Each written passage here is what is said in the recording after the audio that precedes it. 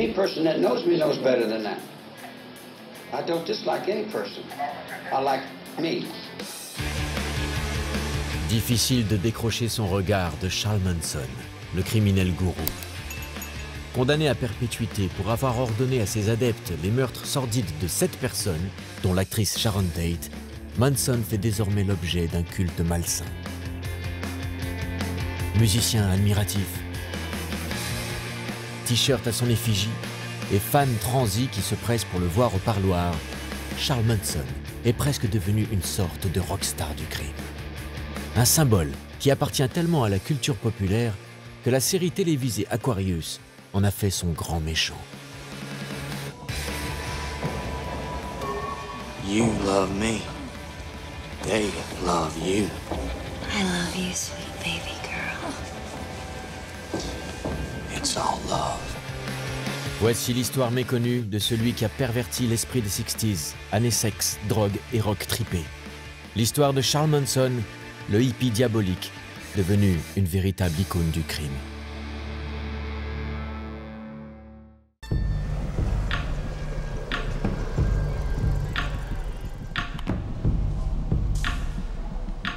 Le 16 juin 1970, au palais de justice de Los Angeles, en Californie, le public découvre, médusé, les ingrédients d'une histoire sordide et captivante. Une histoire incroyable, digne d'un mauvais film d'angoisse.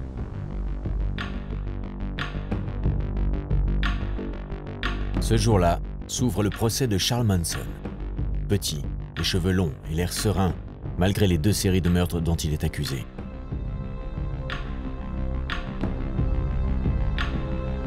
Il n'y a pas de mobile apparent et ses complices ont un profil invraisemblable.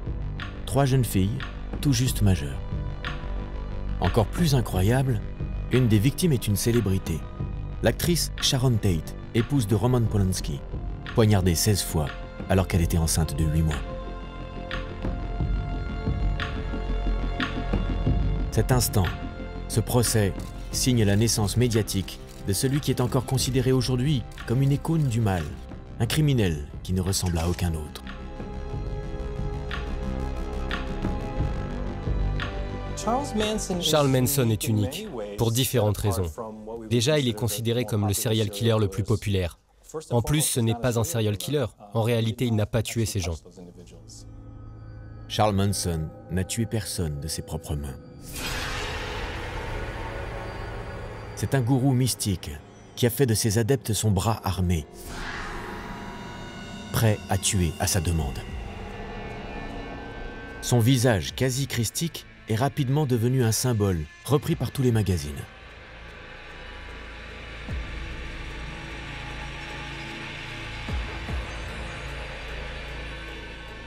C'est le procès le plus étrange que j'ai jamais couvert. C'était bizarre. Il était le symbole de tout ce qui a mal tourné dans les années 60, de toutes les dérives de ces années-là. Charles Manson est au croisement de plusieurs événements historiques qui n'auraient pas pu se dérouler à un autre moment.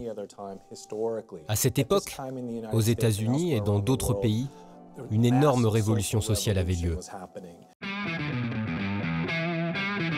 Manson fascine encore aujourd'hui, car il est systématiquement lié à son temps, les 60s. Une période complètement allumée qui affole les fantasmes. Guerre du Vietnam, manifestations, émeutes raciales, assassinats d'hommes politiques. Aux États-Unis, le pouvoir établi voit alors sa jeunesse lui échapper. L'American Way of Life ne fait plus rêver. C'est dans la rue qu'on veut vivre, ensemble, loin du carcan rigide imposé par les anciens.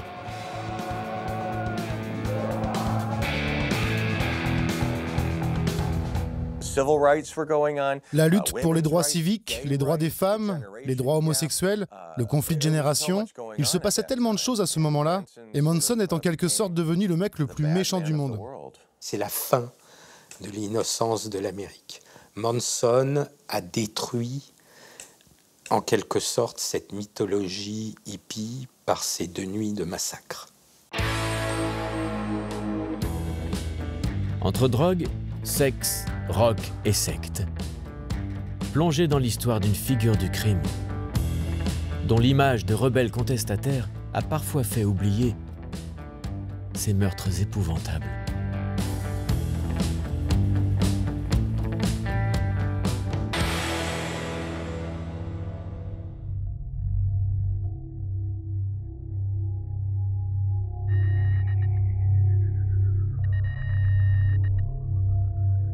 You have your cross on your forehead. Can I see it? Can you remind me what it means? The Nazis died, but a lot of other people died too. But because you have that cross on your forehead, maybe you don't like Jewish people? No. Any person that knows me knows better than that. I don't dislike any person. I like me, and I am. Pour le grand public, Charles Manson, c'est avant tout une image. Celle d'un homme aux yeux sombres, fixe et hypnotisant. Une croix gammée tatouée sur le front.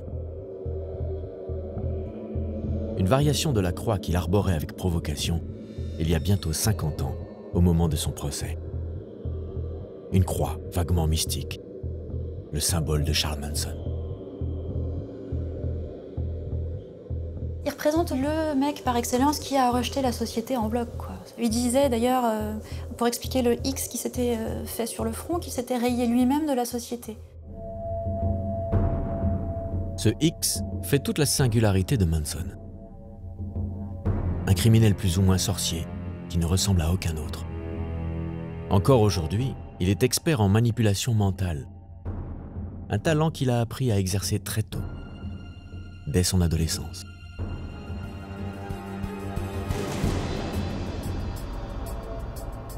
Charles Manson a grandi dans la marginalité. Né dans l'Ohio, à Cincinnati, il grandit sans son père, livré à lui-même, et commet son premier cambriolage, encore gamin, à l'âge de 13 ans. C'est le début d'une longue série. Il y a un terme américain, anglo-saxon, qui dit street smart, streetwise, cette intelligence des rues qui est vouée au mal. Après un passage en prison de 3 ans, sa mère refuse de le reprendre avec elle. L'adolescence du jeune Charles défile entre centres de redressement et établissements pénitentiaires. C'est derrière les barreaux qu'il doit apprendre à s'affirmer. C'était un homme très petit. Tout le monde parle de sa petite taille. Il ne mesure qu'1,57 m. Comme il était petit, il devait se protéger en prison. Il a trouvé comment grâce à son don pour la rhétorique. Il disait qu'il apprenait à dire aux gens ce qu'ils voulaient savoir sur eux-mêmes.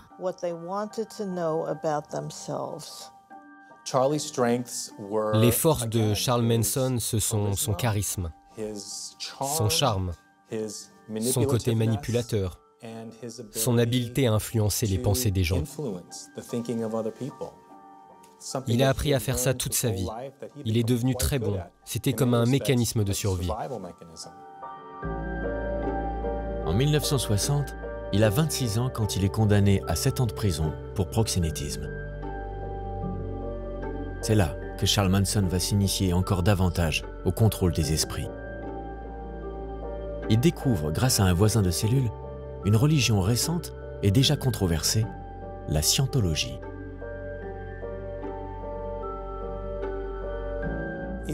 Il n'a pas forcément adhéré à cette religion, mais il a certainement appris comment la religion peut être utilisée pour attirer les gens. Des personnes qui sont perdues, des âmes errantes, des gens nécessiteux. C'est une faculté très forte dont il a eu besoin plus tard quand il a formé sa propre secte. Enfermé dans sa cellule, Manson se passionne également pour une autre religion très différente, la pop music.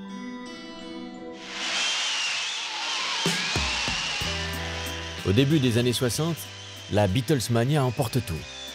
Pendu à sa radio, Manson écoute en boucle les tubes des 4 garçons dans le vent. Et surtout, il entend les cris des femmes transies à chacune de leurs apparitions. Les Beatles étaient énormes à ce moment-là. C'étaient les plus connus du monde. Les Beatles étaient une religion. C'est les premiers des Beatles qui sont capables de réunir une foule des concerts sur à peu près tous les endroits de la planète.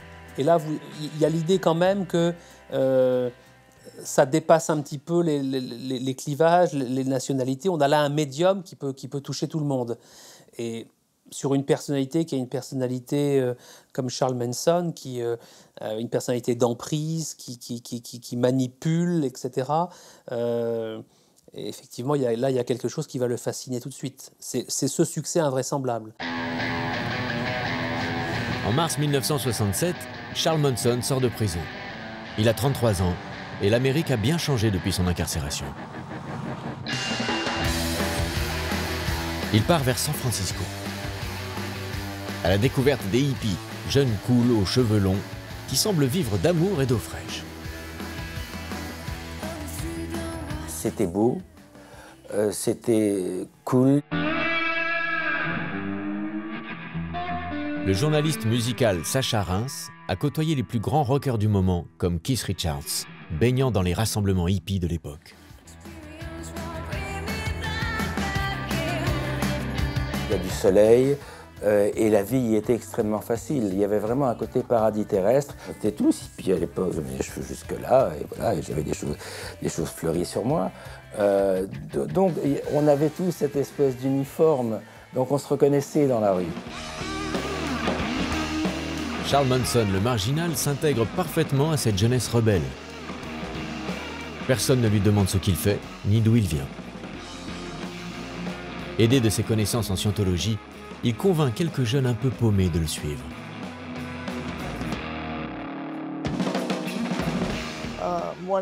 L'une d'entre elles s'appelait Lynette Squeaky Fromm. Son père l'avait mise à la porte. Elle était très en colère. Et cet homme est apparu, il est sorti de son bus, il s'est assis et lui a dit « Ton père t'a foutu dehors, hein ?» Et elle s'est dit « Oh, il est brillant, il est médium, il a deviné. » Et elle a répondu « Oui. » Et il a dit « Eh bien, je peux te faire découvrir une autre vie. On va vers San Francisco, viens avec nous. » Elle est montée dans le bus et n'a jamais fait demi-tour. Elle disait qu'il vivait au gré du vent. En seulement quelques semaines, Charles Manson réunit autour de lui une vingtaine de personnes. Un petit groupe surnommé la Family. Tous circulent dans un vieux bus scolaire aménagé, squattant parfois les ranchs des alentours.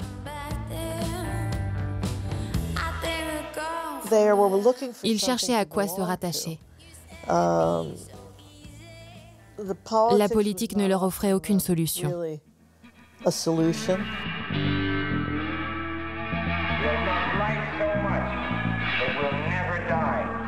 Il y avait une recherche de sagesse, de spiritualité, de savoir mieux vivre, savoir mieux aimer, vivre en harmonie. Oui, ça c'était le mot maître de l'époque, harmonie. Donc c'était une recherche, et c'était une recherche qui était assez belle. Mais avec Charles Manson, cette utopie prend peu à peu des allures de secte. La troupe commence à lui obéir au doigt et à l'œil. Manson ne s'entourait que de gens faibles. Scott Michaels a créé le Helter Skelter Tour, une visite guidée des lieux clés de la tragédie Manson.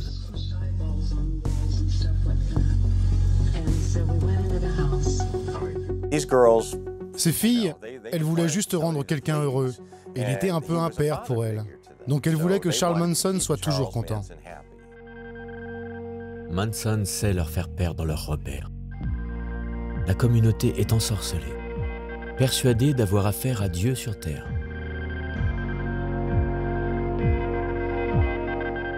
Il jouait beaucoup sur la privation de sommeil de ses disciples, qu'il allait constamment réveiller la nuit pour les priver de sommeil, pour les abreuver de ses croyances. Alors, quand le gourou leur confie que l'apocalypse aura bientôt lieu, les membres de sa secte le croient sur parole. D'autant que ceux qui l'ont averti ne sont personne d'autre que les Beatles eux-mêmes, dans leur chanson Helter Skelter. Pour Manson, c'était apparemment le nom d'une révolution qui allait avoir lieu. Le peuple noir allait contrôler le pays.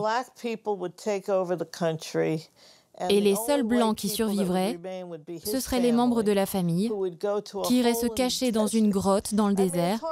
C'est même dur à expliquer sérieusement, c'est tellement ridicule. En juillet 1969, le délire paranoïaque de Manson devient incontrôlable, suite à un règlement de compte sanglant entre un des adeptes et un dealer. C'est le premier crime de la famille. Il semble déclencher une rage meurtrière. 3 semaines plus tard, le 8 août, le gourou convoque ses plus fidèles adeptes. Ce soir-là, il leur transmet une nouvelle fois son obscure vision du jugement dernier.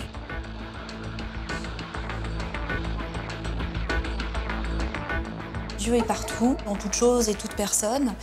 Et donc, il n'y a pas de bien, de mal. Il n'y a pas cette dualité, en fait. Tout est mélangé, donc en fait, il n'y a plus vraiment de repères, si on veut. Par exemple, tuer quelqu'un, c'est lui permettre d'accéder à la vie éternelle plus vite. Donc c'est en fait un acte d'amour. C'est comme ça qu'il leur faisait croire que les meurtres étaient spirituels. Ces adeptes étaient ses instruments. Et parce que si la vie ne compte pas, quand il leur a dit « faites quelque chose de diabolique », ce qu'ils ont fait, ils savaient de quoi Manson parlait.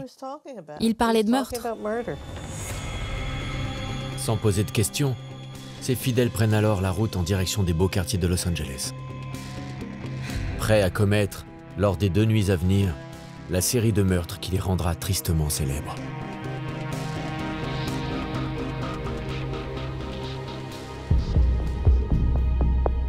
9 août 1969. Los Angeles se réveille.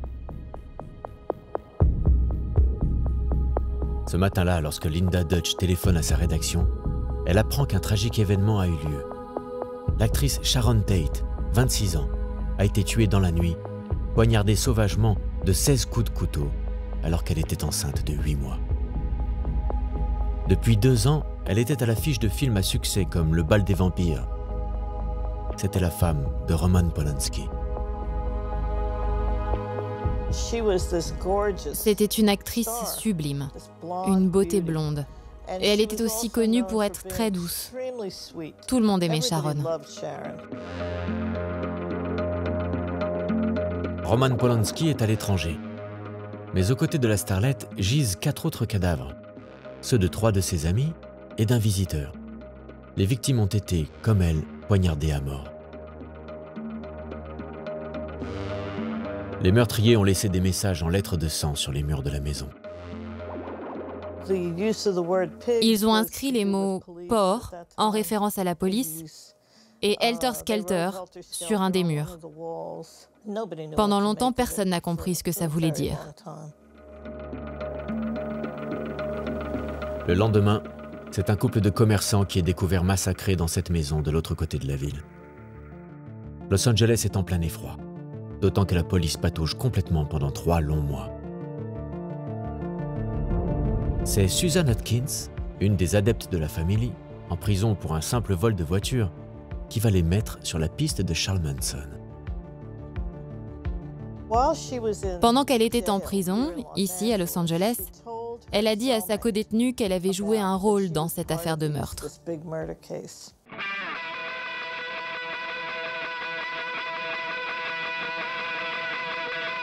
L'histoire éclate au grand jour. Pour le public, le fait divers people de la mort de Sharon Tate est subitement connecté à une secte un peu louche.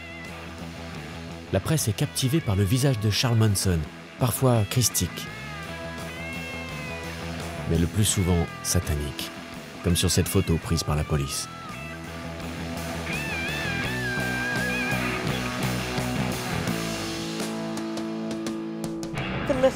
Le mythe de Manson a commencé avec la une du magazine Life. Ils ont choisi une photo de lui avec son regard de fou et ses cheveux tout ébouriffés. Les membres de la famille qui ont été interviewés disaient de lui qu'il avait un pouvoir magique. Il ramenait des oiseaux morts à la vie, il jouait avec des serpents. Les adeptes donnaient envie aux journalistes d'écrire des papiers. Les 7 mois de procès sont hyper médiatisés. Lui apparaît détendu avec sa coupe de star folk tranchant avec l'austérité des policiers qui l'entourent. Devant le tribunal, de nombreux jeunes contestataires viennent prendre sa défense. Cette figure du mal, eh bien, elle peut être paradoxalement, elle est nocive, mais paradoxalement, elle peut être attractive, en particulier dans la jeune génération hippie de la fin des années 60. Et c'est peut-être plus que le meurtre, le procès qui va lui assurer cette postérité. Il y aura des milliers et des milliers de jeunes supplémentaires qui vont suivre l'enseignement de Charles Manson. Charles Manson est condamné à la prison à perpétuité. Pourtant, son impact sur la société est tellement fort que même enfermé, il continue à fasciner. 3 ans plus tard, en 1974, sort Helter Skelter, écrit par le procureur du procès. Un best-seller vendu à plus de 7 millions d'exemplaires. Manson cristallise tant la fin des 60s qu'il semble pouvoir être raconté de 1000 façons.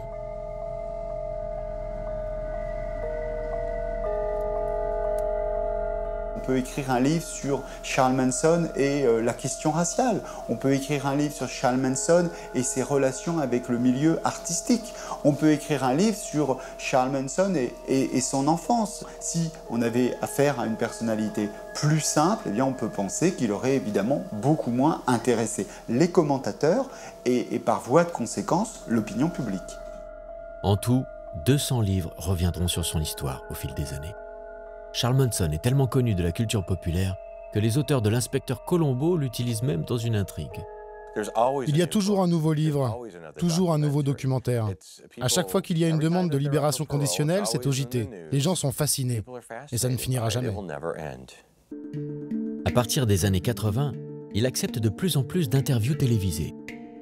Pour les journalistes, le questionner, c'est en quelque sorte se confronter au danger, comme devant un animal en cage.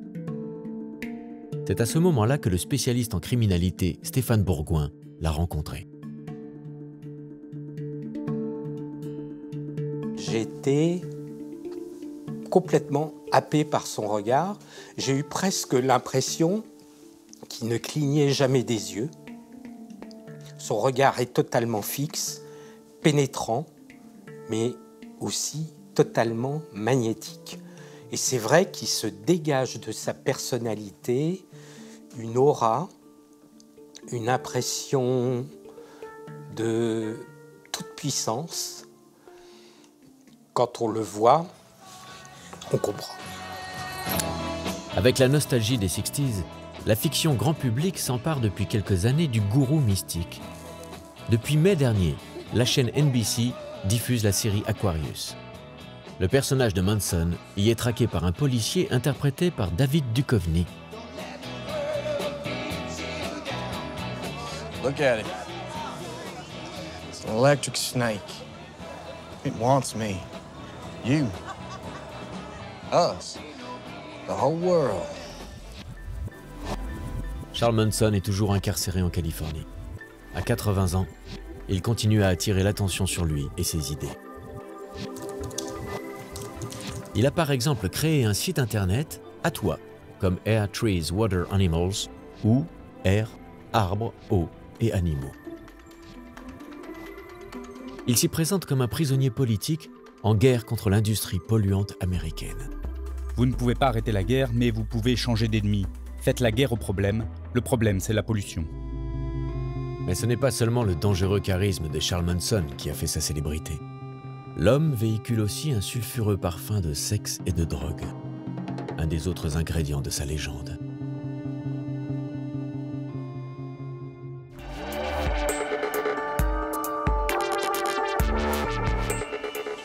L'aura sexuelle de Charles Manson est un des éléments clés de l'intrigue de la série Aquarius.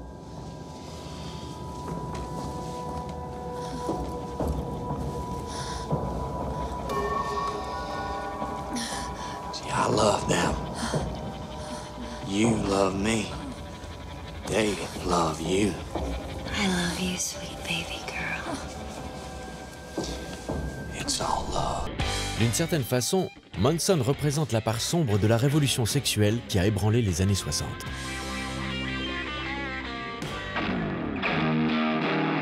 À l'époque, chez les hippies, l'amour est le maître mot.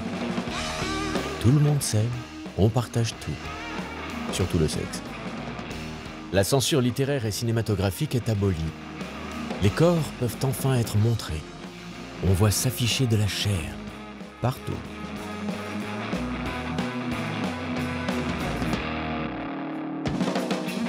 Pour cette nouvelle génération, ça a été des portes qui s'ouvraient, enfin des carcans qui explosaient. Et voilà, et tout le monde voulait baiser avec tout le monde.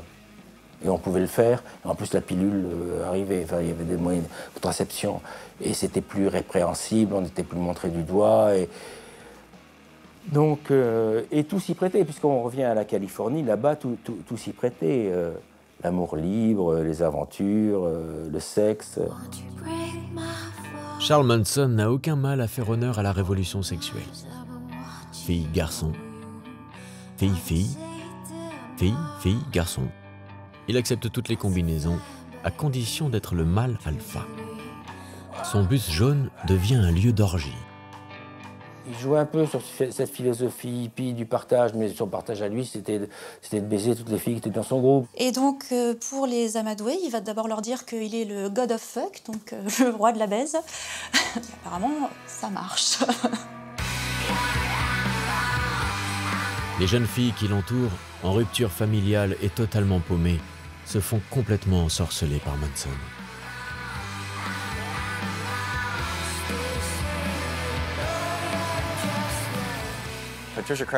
Patricia Krenwinkel avait fugué.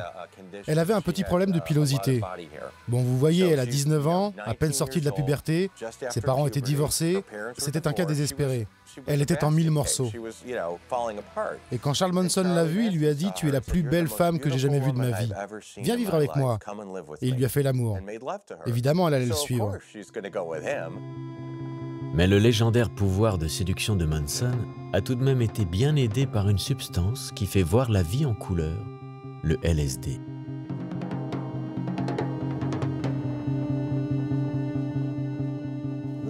Manson prenait du LSD, mais les gens disent qu'il ne prenait qu'une petite dose. Il donnait des doses plus fortes à ses fidèles. Il voulait juste que les autres voient qu'il n'avait pas de problème avec ça.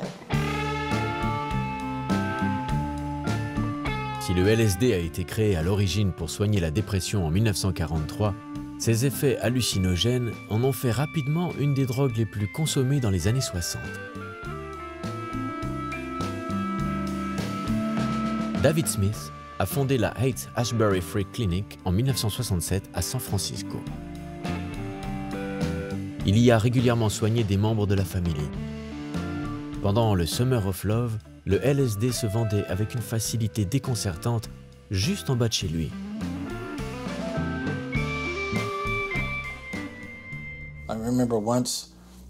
Je me souviens qu'une fois, je rentrais chez moi.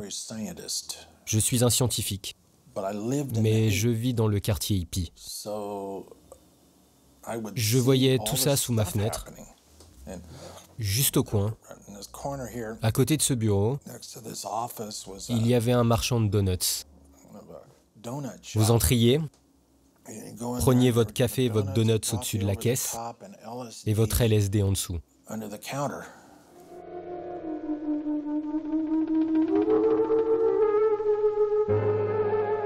I put the hot dog up to my mouth and somebody started screaming.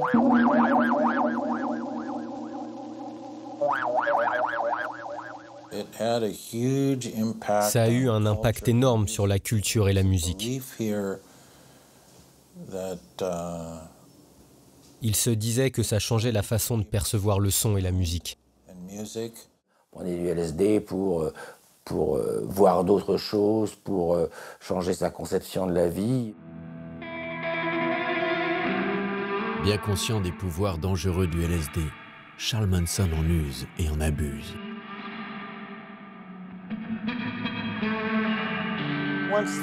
Une fois qu'elles étaient gaga, il tenait ses séances avec ceux qui étaient drogués. Il les endoctrinait de ses croyances. La mort n'existe pas. La vie et la mort ne font qu'un. Il leur faisait des trucs. Par exemple, il prétendait être le Christ. Elle le mettait sur une croix et les filles juraient qu'elles voyaient des flammes sortir de ses yeux et de ses doigts. Elles tripaient. Toute la journée, toute la nuit, pendant des jours, des semaines. Les filles de Manson sont en plein trip.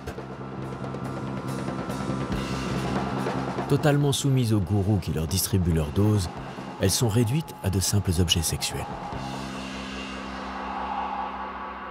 La femme n'avait aucune valeur, elle était sur Terre pour s'occuper des hommes, c'est-à-dire les nourrir, les chérir, satisfaire leurs besoins sexuels. Voilà. Et en fait, elles n'avaient aucune valeur à part le fait qu'elles étaient la somme de tous les hommes qu'elles avaient croisés. Donc leur père en premier, leurs amants, voilà. Bon, elles étaient clairement à la recherche de repères et à la recherche d'un père. Quand il couchait avec elles et qu'elles étaient sous acide, juste au moment où elles étaient sur le point de jouir, il leur disait qu'il était leur père. Donc après un certain temps, elles étaient des zombies. Elles faisaient tout ce qu'il leur demandait, parce que sinon il les frappait. Quand il claquait des doigts, il fallait qu'elle court. Peu à peu, Manson utilise le sexe comme un outil pour obtenir ce qu'il souhaite. Les femmes deviennent une monnaie d'échange. Manson disait au mec « Venez vivre avec moi, vous aurez toutes les filles que vous voulez ». En échange, ils vendaient de la drogue pour lui. Ils vont être logés à un moment sur ce ranch qui servait à des tournages de western. Le propriétaire est un homme âgé, à moitié aveugle, qui a pas loin de 80 ans, qui obtient des relations sexuelles avec certains membres de la famille. Donc ils sont logés gratuitement. À force de drogue et de manipulation mentale, Charles Manson parvient à faire de ces femmes ses instruments.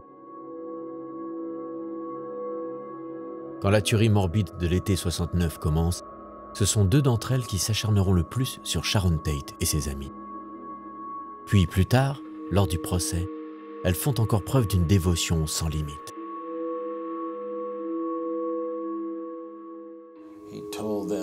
Il leur disait de chanter quand il était à la barre. Elles chantaient, elles répétaient ces mots. Il avait un contrôle complet sur ces femmes.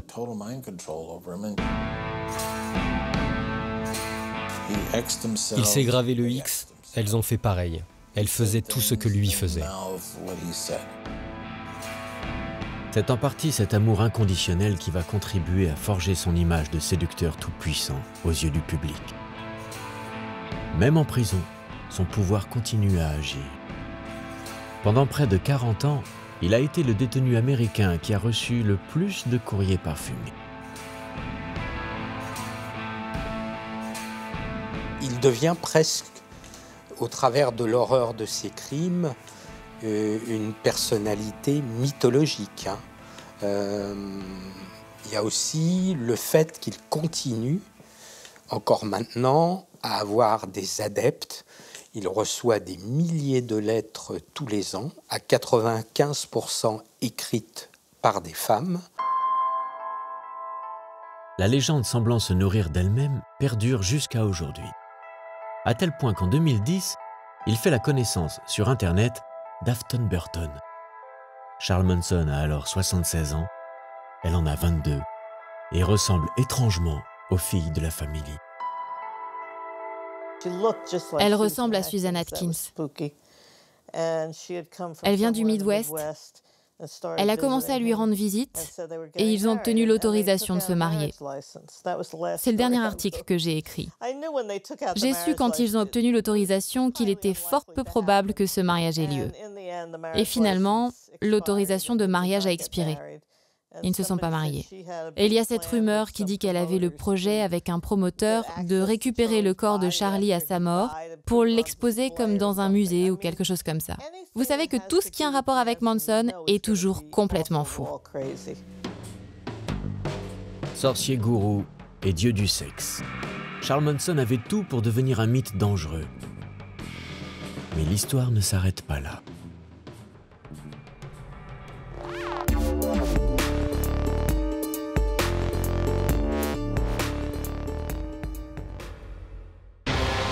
Au début des années 90, Quand le métalleux Brian Warner se cherche un pseudo, il colle au prénom de Marilyn Monroe le nom de Manson.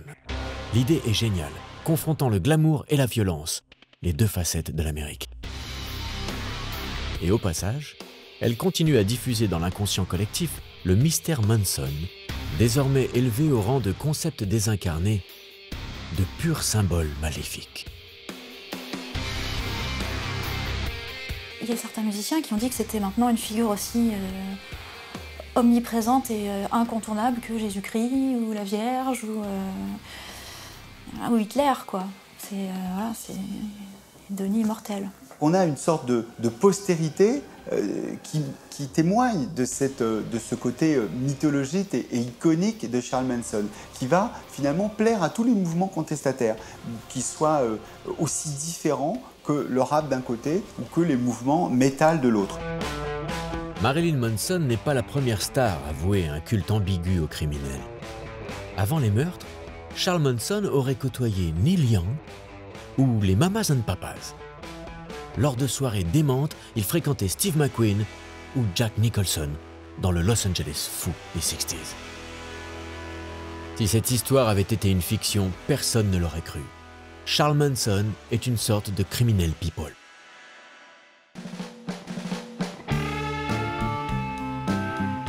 À la fin des années 60, la scène musicale de Los Angeles est au centre des attentions.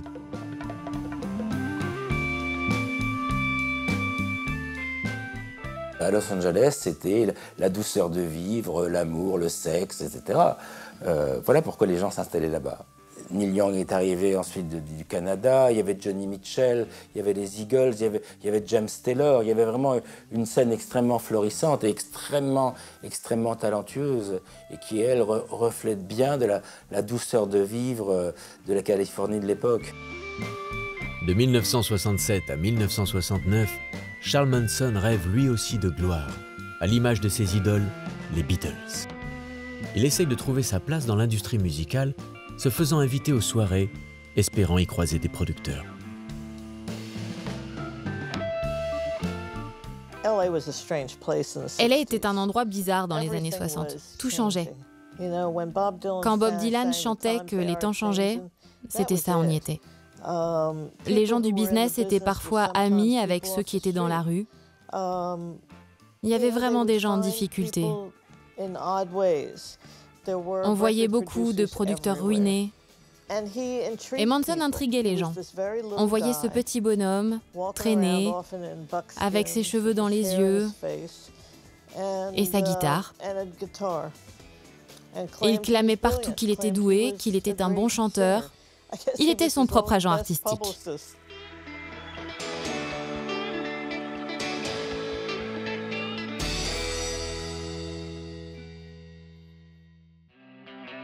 C'est par un hasard total que Charles Manson va toucher son rêve du doigt, grâce à une rencontre avec Dennis Wilson, le batteur des Beach Boys. Au printemps 68, les superstars de la surf music sont sur le déclin. Dennis Wilson vit vers Topanga Canyon, un repère hippie à l'extérieur de la ville, quand un jour sa route croise celle des filles de la famille.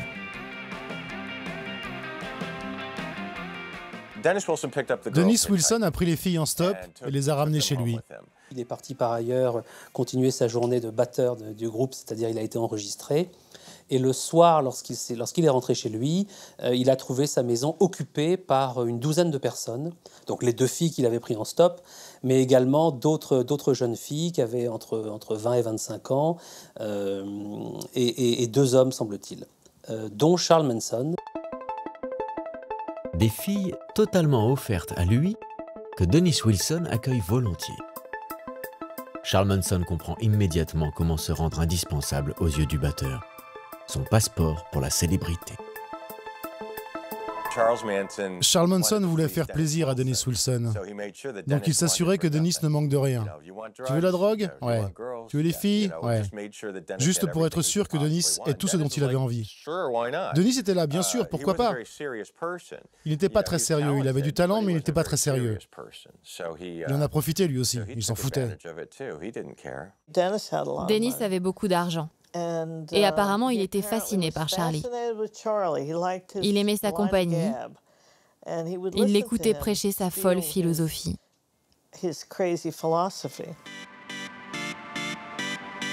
Une partie des filles de la Manson Family vit carrément chez le Beach Boy.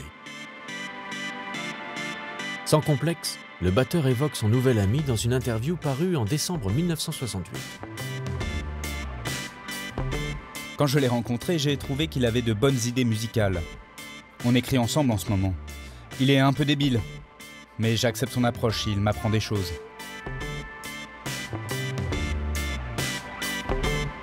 Les deux hommes, inséparables, sont de toutes les soirées hollywoodiennes. Le gourou caméléon se fond dans les nuits californiennes aux côtés des grands noms du cinéma. Dennis Wilson lui présente ses copains, Steve McQueen, Warren Beatty. Pour se faire adopter, Manson leur sert ses filles sur un plateau. Mais une autre rencontre va tout faire basculer. Dennis Wilson lui présente son producteur, Terry Melcher.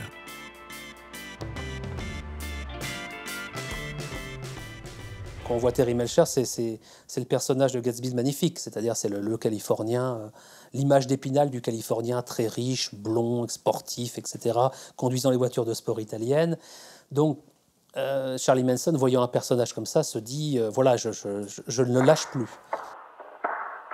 Terry Melcher accepte d'écouter les compositions de cet étrange petit homme.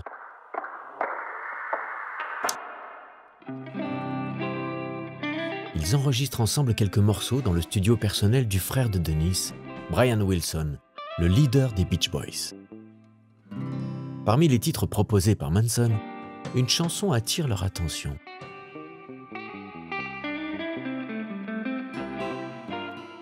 Les Beach Boys vont enregistrer juste après l'été 68 une démo qui a été enregistrée par Charles Manson, qui s'appelle Cease to Exist, qui est une chanson un peu, une sorte de mantra, c'est-à-dire une chanson en boucle qui revient, qui est pas mal quand même, il faut bien l'avouer. Et Charles Manson a fait paroles et musique, et les Beach Boys vont donc enregistrer une version qui va s'appeler Never Learn Not to Love. Charles Manson est en train de réaliser son rêve. Le groupe mythique décide de reprendre sa chanson à lui, le petit caïd de Cincinnati. Il voit se dessiner sa carrière musicale, s'imaginant déjà plus connu que les Beatles. Seulement, les choses se gâtent. Dennis Wilson finit par se lasser de la présence constante de la famille. Et Dennis Wilson va rapidement s'apercevoir que ça prend des proportions incontrôlables, c'est-à-dire que sa maison est squattée par finalement près d'une vingtaine de personnes. C'est une belle maison californienne dans les beaux quartiers, donc les voisins commencent à se plaindre parce que la famille, c'est quand même des gens qui sont, pour la plupart du temps, qui se promènent nus, qui font beaucoup de bruit, qui chantent, qui passent leur journée à fumer également, enfin bon bref. Et Dennis Wilson, lui aussi, est rapidement, il est rapidement débordé par la situation. Tout le séjour de la famille et de Manson dans sa maison vont lui coûter un peu plus de 100 000 $, ce qui à l'époque est une somme absolument colossale. Furieux, Dennis Wilson vire la bande de hippies débraillés. Au même moment, Manson apprend que les Beach Boys ont changé les paroles de sa chanson. Il n'est plus crédité comme auteur.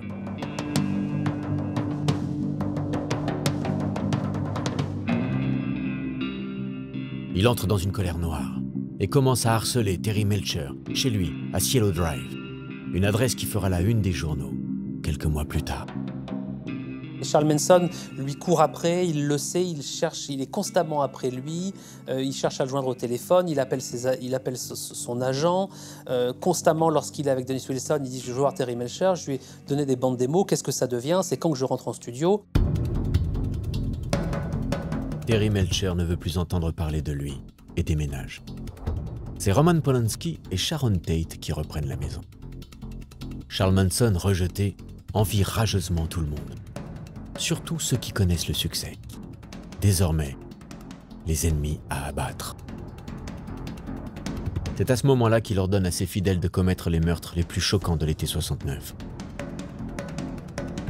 Même s'il sait que Melcher n'habite plus là, il leur demande d'attaquer un lieu symbolique de son échec, la maison du producteur. Je pense qu'au départ, il y avait effectivement beaucoup de ressentiment, une vengeance dirigée contre Terry Melcher. Et puis, il s'est dit, bah, tant ceux qui sont là, finalement, ils paieront aussi pour Terry Melcher et puis pour les autres. Après son incarcération, Charles Manson n'en démord pas. Sortir un disque l'obsède. Depuis sa cellule, il harcèle un producteur pour qu'il édite ses quelques chansons enregistrées à Los Angeles.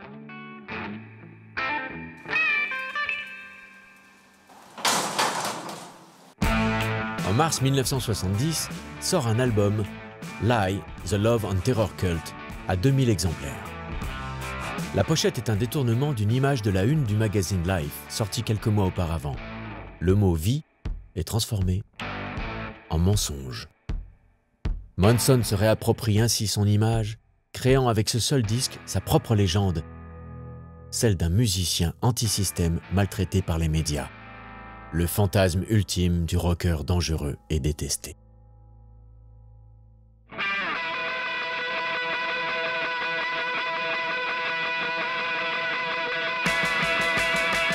Au fil du temps, l'image devient l'objet d'un culte malsain chez les musiciens en mal de provocation.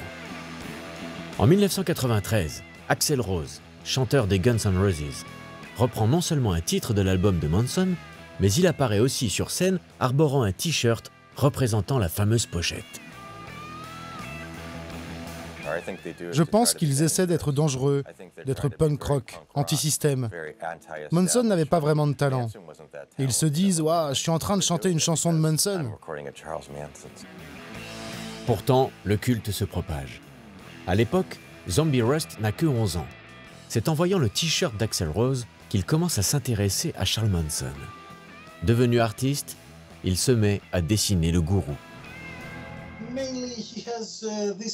Il avait ce visage sarcastique qu'il affichait pendant le procès. Il a plusieurs visages en réalité. Cette expression-là en particulier, celle qu'il a quand il se moque des gens, quand il se moque des autorités avec sarcasme, c'est la plus iconique.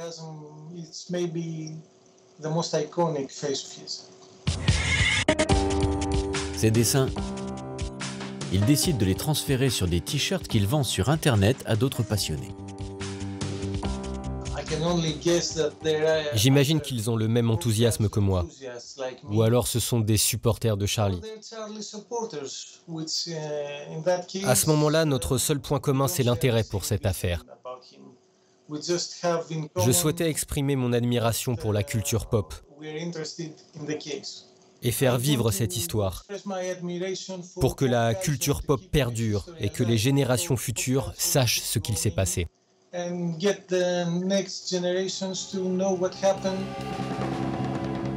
Le culte se propage, d'autant plus que Charles Manson continue d'alimenter son mythe depuis sa cellule. En 1993, il sort un recueil de morceaux, le Live at San Quentin, la prison où il était incarcéré, en référence à un disque célèbre de Johnny Cash. Cette fois-ci, empruntant au code des pochettes old school jusqu'à la typographie, il se donne l'image d'un vieux sage folqueux, apaisé, jouant tranquillement sur sa guitare acoustique. Fascinés, de nombreux groupes y font désormais référence. Et pas seulement de sombres musiciens un peu tordus. Trent Reznor, futur musicien des films de David Fincher, était obsédé par le criminel dans sa jeunesse. Les rockers cultes Brian Johnston Massacre y font souvent référence. Les rappeurs de NWA, Ice Cube et Dr. Dre aussi. Et l'énorme groupe de Stade Kasabian a même tiré son nom d'une des adeptes de Manson. Objet de fiction, de culte et de fantasme. Charles Manson a tellement imprégné la culture populaire, tel un grand méchant d'histoire pour enfants, qu'on en oublie parfois que ses victimes ont réellement péri sous ses ordres. On en vient presque à gommer l'horreur des crimes de Manson pour ne retenir que l'aspect contre-culture et le fait que Manson aussi franchit un certain nombre de tabous et les tabous ultimes de la société américaine.